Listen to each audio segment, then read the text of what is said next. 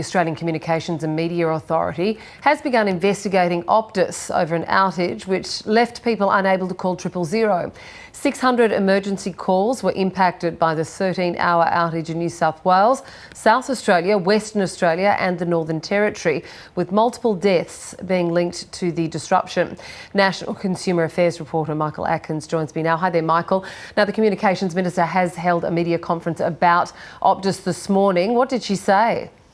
She's been talking tough. She's saying while an investigation continues by the regulator, that no matter what happens, Optus will be held accountable.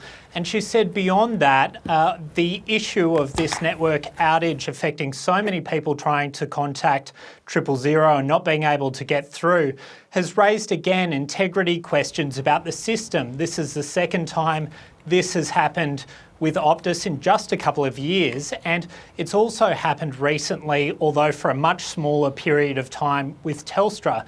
And she said because of that, she was considering sweeping changes and whether they were necessary, including whether 000 could be trusted in the hands of private companies. I think that is a question that we need to consider as part of this investigation because, as Nerida has said this morning, this is the second significant and egregious failure on the part of Optus, but also other telecommunications providers have had 000 outages as well. This isn't entirely a matter for Optus, so we are now considering what needs to be done holistically or as part of legislative relief for Australian people, given their confidence has no doubt been shaken by what has happened here.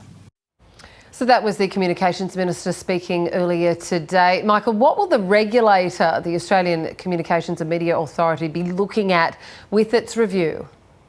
Yeah, standing alongside her at that press conference was the head of the regulator, Nerida O'Loughlin, and she was saying that its probe into what happened with Optus and its failures here will look at two elements mainly: whether it had invested enough in its network systems to prevent something like this happening, but also, when something does go wrong, whether Optus had the processes in place to alert it to the fact that things were going badly wrong, because Optus has already said publicly that it didn't know for some time what was happening with the outage and how 000 was affected.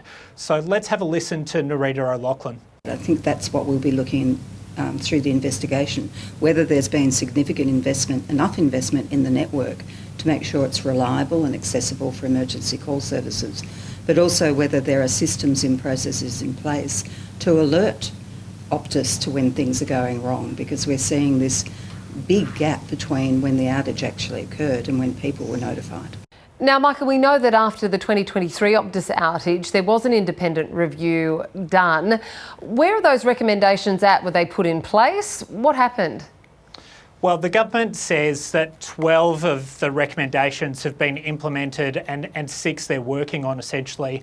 One of those recommendations was for something called a 000 custodian, which essentially would mean that there's independent oversight of that system to make sure it's working.